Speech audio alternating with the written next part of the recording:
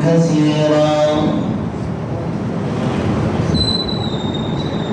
أما بعد فأعوذ بالله من الشيطان الرجيم. بسم الله الرحمن الرحيم. يا أيها النبي إنا أرسلناك شاهدا ومبشرا ونذيرا وداعيا إلى الله بإذنه وسراجا منيرا. صدق الله العلي العظيم وبلغنا رسوله النبي الأمي الكريم. اللهم صل على محمد وعلى آل محمد كما صليت على إبراهيم وعلى آل إبراهيم إنك حميد مجيد. اللهم بارك على محمد وعلى آل محمد كما باركت على إبراهيم وعلى آل إبراهيم إنك حميد مجيد.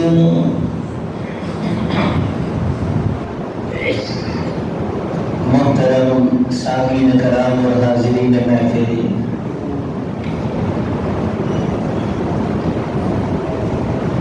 ربیع الاول کی 12 تاریخ ہے،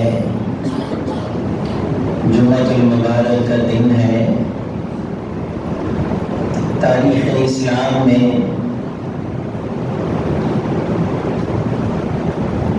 آج کے دن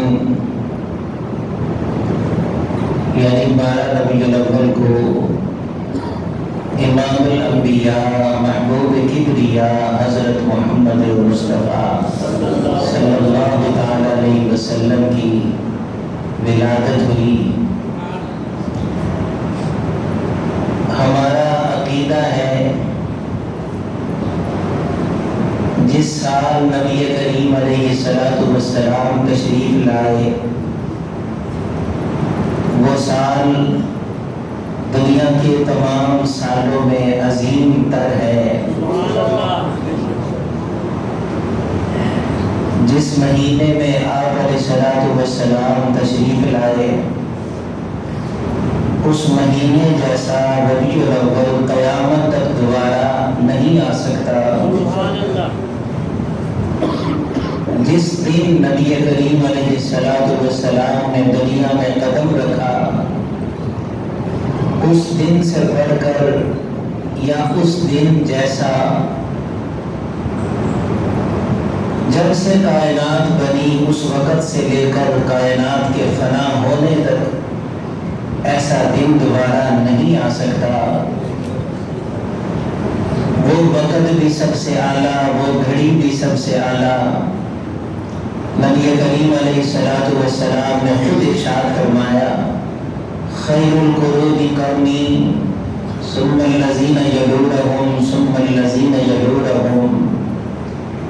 پروردگار عالم نے جب سے کائنات بنائی اس وقت سے لے کر قیامت تک تمام زمانوں میں سے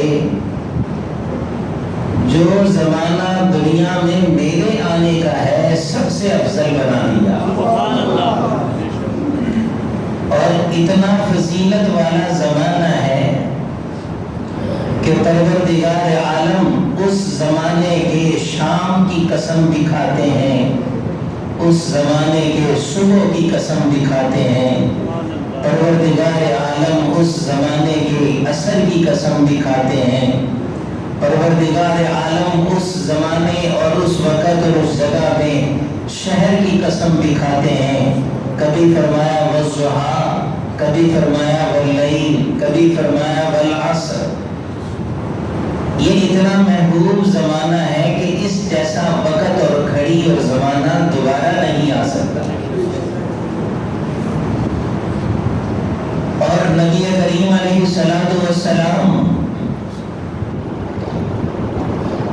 کی ولادت اور آپ کی بعثت اور آپ کا دنیا میں تشریف لانا،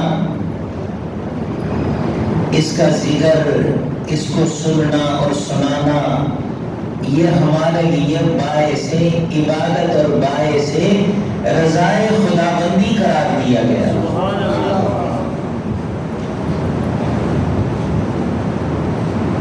مبارک ہے وہ خاتون اور مبارک ہے وہ ماں پروردگار عالم نے جس کے مقدر میں امام الانبیاء کو منتخب فرما دیا۔ حضرت اماں حوا سے لے کر قیامت تک آنے والی تمام پاکیزہ خواتین کے اوپر نظر ڈالی، انتخاب اور چناؤ بی بی آمنہ کا ہوا۔ خدا کی قسم ان کی جھولی تمام جھولیوں میں عظیم تر ہے، ان کی گود تمام خواتین کی گودوں سے عظیم تر ہے، جس کے مقدر میں امام الانبیاء کی حفاظت آئی۔ آپ حضرت بی بی آمنہ رضی اللہ تعالیٰ عنہ یہاں پر ایک مسئلے کی وضاحت کرتا چلوں۔ ذہن میں یہ سوال اور یہ اشکال پیدا ہوتا ہے، نبی کریم علیہ السلام کو نبوت و رسالت کا آغاز ہوا 40 برس کی عمر میں۔ آپ کے والد دنیا میں آنے سے پہلے ہی دنیا سے رخصت ہو گئے، آپ کی والدہ سمجھدار ہونے سے پہلے ہی دنیا سے چلی گئیں۔ پھر آپ کے والد اور آپ کی والدہ کا ٹھکانہ اور مقام کیا ہے، اس بارے میں جب میں نے مطالعہ کیا تو ایک عجیب سی بات سامنے آ گئی۔ دل چاہا یہ بات آپ کے سامنے بھی رکھ دی جائے۔ نبی کریم علیہ السلام کا ارشاد ہے، میں اس بات میں غمزدہ رہا کرتا تھا اور ہر وقت اللہ کی طرف دھیان رہتا تھا، اللہ میرے ماں باپ کا ٹھکانہ کیا ہے؟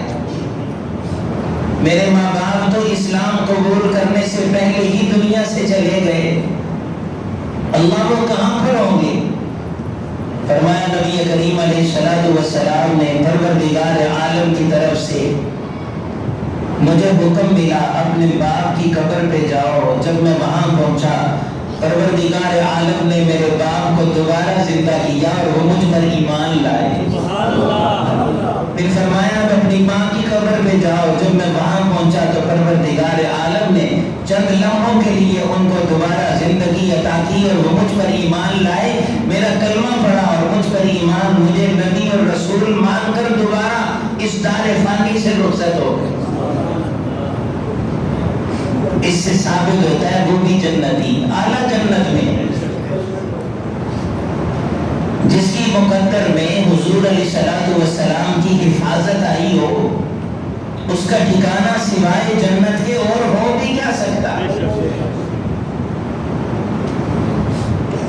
تاریخ میں لکھا ہے جناب عبد المطلب جو آپ کے دادا تھے، بڑی عظیم شخصیت ہے، بڑی وجاہت والے، بڑے جلال والے، روب اور دبدبے والے، اللہ نے ان کو مکے کی سرداری عطا فرمائی۔ حضرت بی بی آمنہ بہو ہے اور گھر میں اکیلی ہے۔ حضرت عبد المطلب اور ان کی گھر والی دونوں جی گھر میں موجود ہیں اور بی بی آمنہ ان کی پرورش میں ہے۔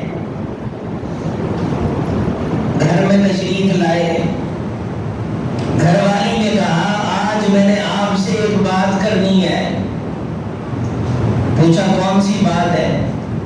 گھر والی کہنے لگی عجیب بات ہے کہ ہماری بہو حضرت سیدہ آمنہ رضی اللہ تعالیٰ عنہ جب بات سے گزرتی ہے تو اس کی خوشبو میرے دل و دماغ میں چھا جاتی ہے، متاثر کر دیتی ہے، اور اس کے پاس سے ایسی خوشبو آتی ہے، نہ جانے اس کے پاس کون آتا ہے یا یہ کہاں جاتی ہے، خوشبو سے لے کر آتی ہے۔ عبد المطلب کی گھر والی کہنے لگی کئی مرتبہ میں نے پوچھنے کے لیے ہمت کی، مگر جب میں اپنی بہو کے چہرے کی طرف دیکھتی ہوں تو بلانے کی جرت نہیں ہوتی،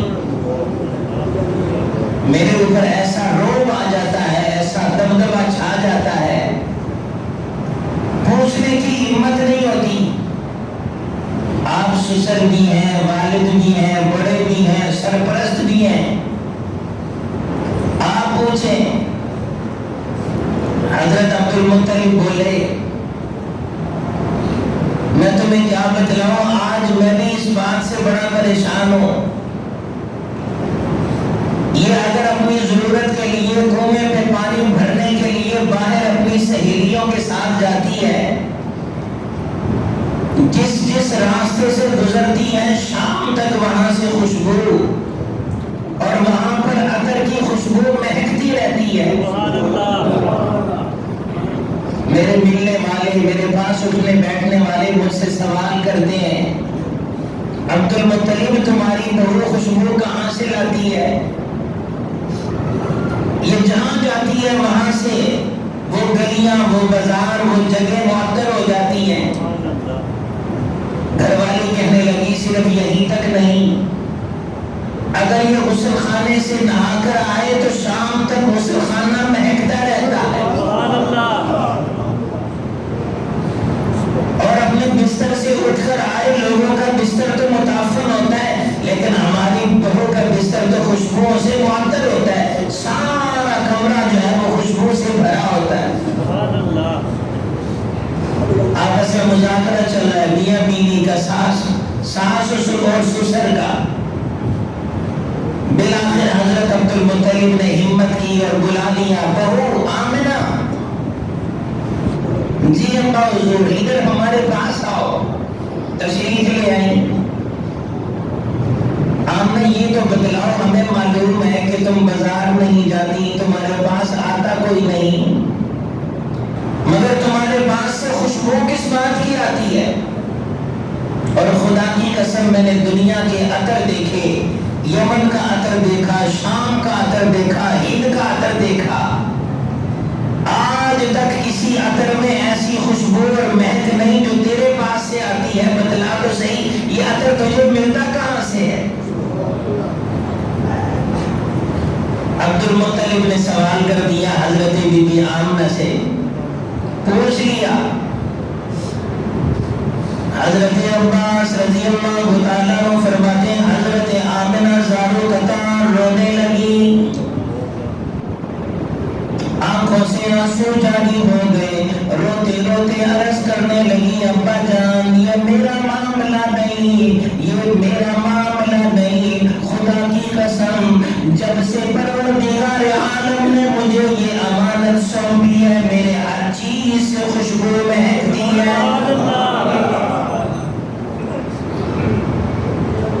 کہنے لگی آج تک میں بازار میں نہیں گئی، آج تک میں نے کسی دکان کو نہیں دیکھا، آج تک میں منڈی نہیں گئی، آج تک میں نے کبھی خریداری نہیں کی، آج تک میرے پاس کچھ بیچنے کے لیے کبھی کوئی نہیں آیا، آج تک میں نے کبھی کوئی پیسہ خرچ نہیں کیا، آج تک میں نے اپنی ذات کے لیے کبھی کچھ نہیں خریدا، لیکن کیا کروں اگر میں اپنا لعاب دہن بھی کہیں پہ ڈالتی ہوں وہاں مٹی بھی خوشبو سے معطر ہو جاتی ہے۔ اے ابا جان خدا کی قسم اس امانت کے آنے سے پہلے کچھ نہیں تھا، اس امانت کے آنے سے پہلے کوئی خوشبو نہیں تھی، یقیناً یہ امام الانبیاء کی امانت کی آمد ہے، پروردگار عالم اس کی وساطت سے میرے جسم کے ہر بال ہر عضو کو اس نے مہکا دیا۔ نبی کریم علیہ السلام کی امانت ہے، صرف یہیں تک نہیں، ابا جان اگر میں پتھروں کے اوپر پاؤں رکھتی ہوں وہ ریشم کی طرح نرم ہو جاتے ہیں۔ خدا کی قسم میں نے کئی مرتبہ دیکھا پرندوں کی قطار آ رہی ہے، جب میرے اوپر آتی ہے تو رک جاتی ہے اور مجھ پر صلاۃ و سلام پڑھتی ہے، پھر آگے چلتی ہے۔ کئی مرتبہ میں نے شجر و حجر کو سلام کرتے ہوئے دیکھا، اور کئی مرتبہ ایسے ہوا کہ میں پانی بھرنے گئی، مجھے ڈول اور رسی کی ضرورت نہیں پڑی، پانی کنویں میں سے ابلا اور میرے قدموں کے ساتھ لگنے لگا۔ اے ابا جان، یہ ساری برکتیں میری نہیں، اس امانت کی ہیں جو اللہ نے مجھے عطا فرمائی۔ یہاں تک کہ وہ دن آ گیا جس دن نبی کریم علیہ السلام نے دنیا میں قدم رکھنا تھا۔ حضرت بی بی آمنہ فرماتی ہیں غربت کا یہ عالم ہے، گھر میں چراغ جلانے کے لیے تیل نہیں، میں پریشان ہوں، فکر مند ہوں، آج رات گھر میں روشنی کیسے کی جائے گی، آج رات چراغ جلانے کے لیے تیل کہاں سے آئے گا۔ فرماتی ہے اسی میں رات ہو گئی، گھر میں کھانے کے لیے کچھ نہیں، پینے کے لیے کچھ نہیں۔ آج 12 ربیع الاول کی شب ہے، امام الانبیاء علیہ السلام دنیا میں تشریف لانے والے ہیں، اور غریبی کا یہ عالم ہے کہ گھر میں ایک لقمہ بھی کھانے کا موجود نہیں۔ حضرت بی بی آمنہ رضی اللہ تعالیٰ عنہ فرماتی ہے اور لوگوں، امام الانبیاء علیہ السلام کی آمد ہے، گھر میں ایک تیل کا قطرہ بھی نہیں جس سے میں روشنی کر سکوں۔ پروردگار عالم یہ بتلانا چاہتے ہیں، اے خاتون، اے آمنہ، اے میرے محبوب کی والدہ، جو نور میں بھیجنے والا ہوں، اس نور کے آگے دنیا کی روشنیوں کی ضرورت ختم ہو جائے۔ فرمایا رات کے اندھیرے میں، رات کی تنہائیوں میں میں نے دیکھا کچھ لمبے لمبے قدوں والی خواتین میرے گھر میں داخل ہوئی، آ کر مجھے سہلانے لگی، آ کر مجھے میری تیمارداری کرنے لگی، مجھے دلاسا دینے لگی، مجھے خوشخبری سنانے لگی۔ میں نے پوچھا تم کون ہو؟ آج تک میں نے اتنا لمبا قد کسی خاتون کا نہیں دیکھا، آج تک میں نے بنی عبد المطلب کی خواتین کو بھی دیکھا، بنی عبد مناف کی خواتین کو بھی دیکھا، آج تک میں نے بنی تمیم کی خواتین کو بھی دیکھا، لیکن آج تک تمہارے جیسا قد کسی خاتون کا نہیں دیکھا۔ یہ تو بتلاؤ تم کون ہو، کہاں سے آئی ہو؟ میں نے مکہ مکرمہ دیکھا، مدینہ منورہ دیکھا، آج تک میں نے تمہیں نہیں دیکھا، پہچانتی نہیں، بتلاؤ کون ہو؟ فرماتی ہے ان میں سے ایک بولی، آمنہ گھبرانا نہیں، میں حضرت عیسیٰ علیہ السلام کی والدہ ماجدہ مریم بنت عمران ہوں۔ دوسری بولی حضور علیہ السلام کی والدہ ماجدہ، اے عابدہ خاتون پریشان نہ ہونا، میں حضرت موسیٰ کلیم اللہ کی بہن ام کلثوم۔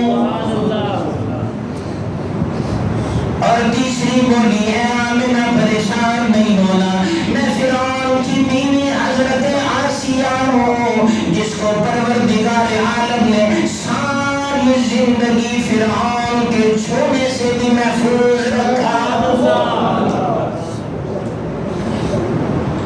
یہ تینوں خواتین حضور علیہ السلام کی آمد کے موقع پر حضرت بی بی آمنہ کے پاس پہنچ گئی، اور ادھر سے آپ کی باندھی حضرت ام ایمن بھی آ گئی، حضرت شفا بھی آ گئی، عبد الرحمن بن عوف کی والدہ ماجدہ۔ نبی کریم علیہ السلام کی ولادت کا وقت قریب ہوا، حضرت بی بی آمنہ فرماتی ہیں پوچھنے لگی تمہارے گھر میں روشنی کے لیے کچھ ہے یا نہیں؟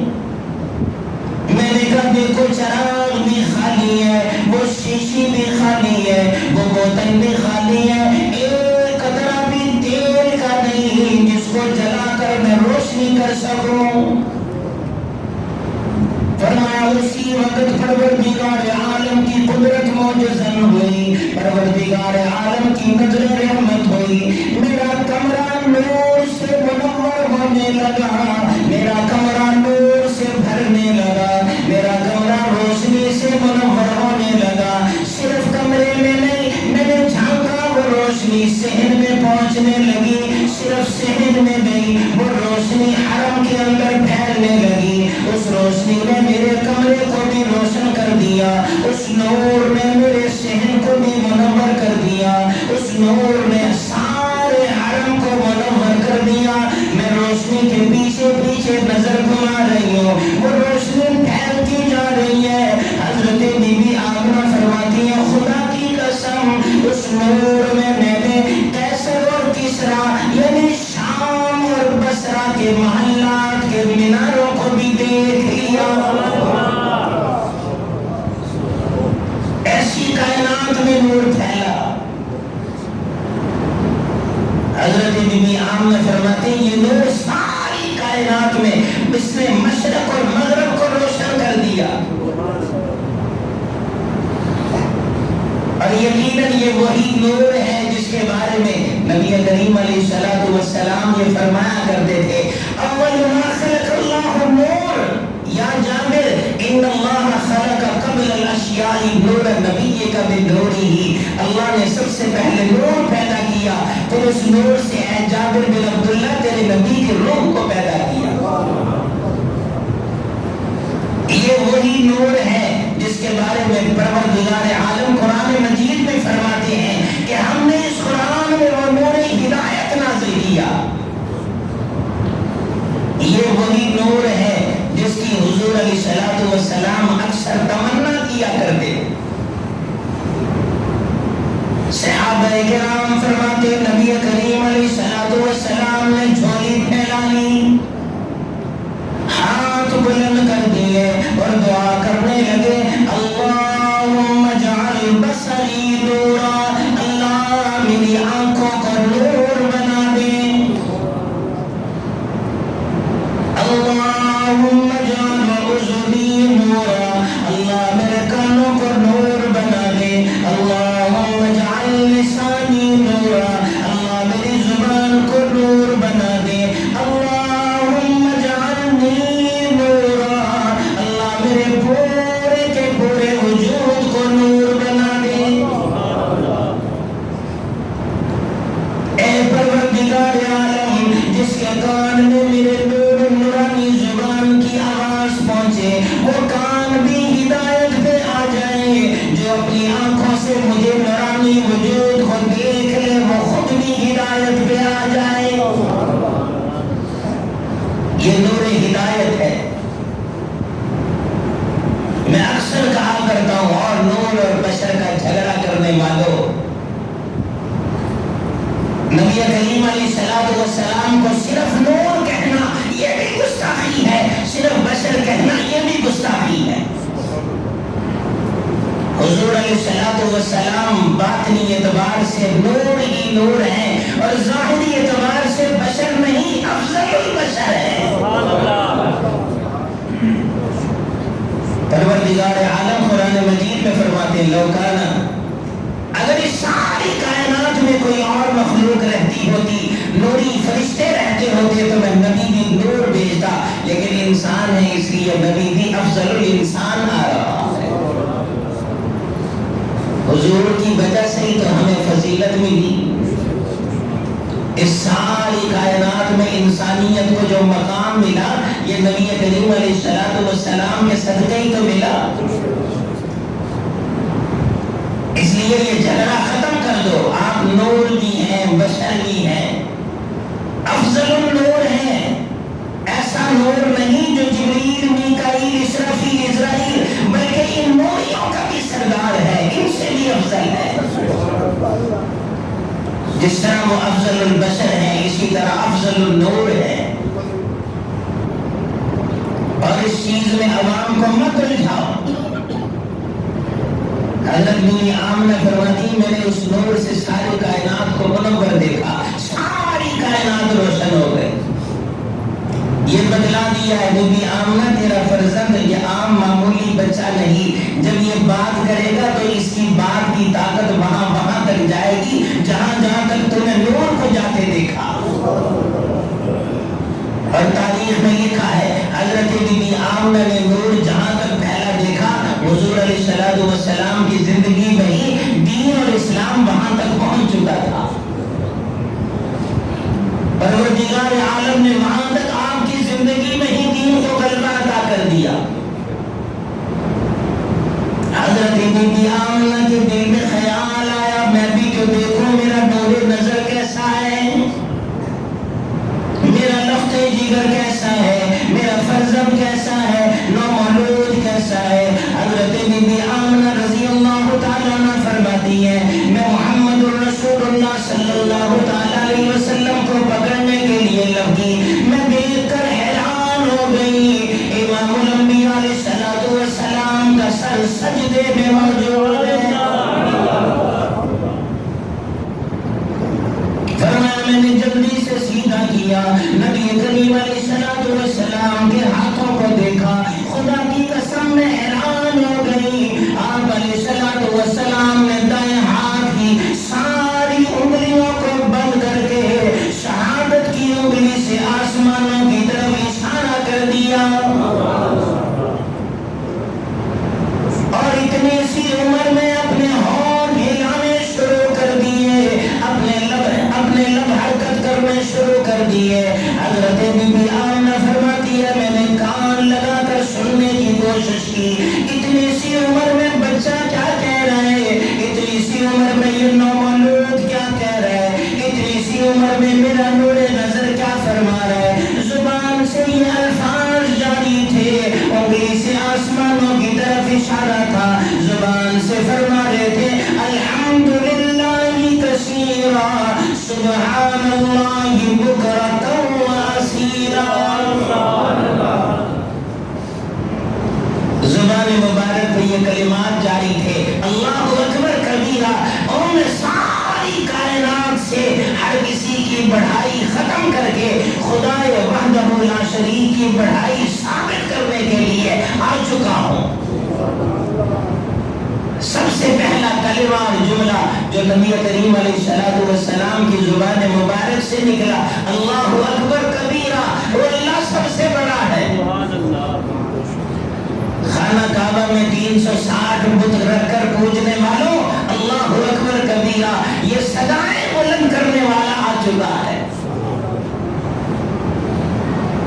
الحمدللہ کثیرہ، تمام تعریفیں اسی کے لیے ہیں، بہت زیادہ تعریفیں جس نے مجھے دنیا میں مبعوث فرمایا۔ سبحان اللہ بکرۃ واسیلا، آج کے بعد صبح بھی اسی کی تسبیح ہوا کرے گی، شام کو بھی اسی کی پاکی بیان کی جائے۔ نبی کریم علیہ السلام اشارہ آسمانوں کی طرف ہے، شہادت کی انگلی سے، سر سجدے میں ہے، اور یہ بتلا دیا اے لوگوں آج کے بعد کسی اور کو سجدہ کرنے کی میں اجازت نہیں دوں گا، یہ میرا پہلا سجدہ ہے جو رب العالمین کے لیے ہے، اور یہ میں ثابت کر دوں گا سوائے خدا رب ذوالجلال کے اور کسی کو سجدہ کرنے کی اجازت نہیں ہے۔ نبی کریم علیہ السلام دنیا میں تشریف لائے، سجدہ بھی سب سے پہلا، تکبیر بھی سب سے پہلی، تحمید بھی سب سے پہلی، تسبیح بھی سب سے پہلی۔ حضرت عبد المطلب فرماتے میں بیت اللہ کا طواف کر رہا تھا، رات کی تنہائی میں، فکر مند تھے نا میرے بیٹے عبداللہ کے گھر میں کیا ہوا، منتظر تھے،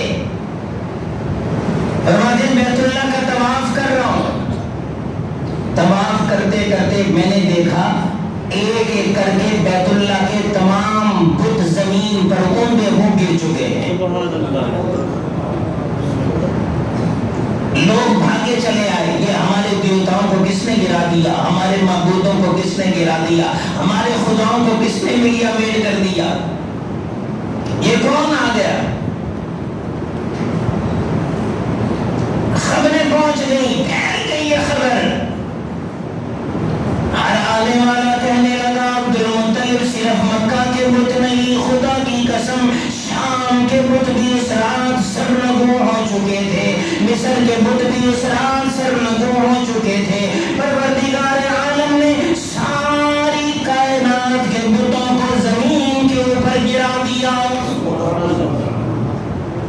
کہ آج بتوں کو توڑنے والا دنیا میں آ چکا ہے، اس لیے اب تمہاری کوئی حاجت نہیں، تمہاری کوئی ضرورت نہیں۔ اور اس کا عملی اظہار اس وقت ہوا جب نبی کریم علیہ السلام نے مکہ فتح کیا۔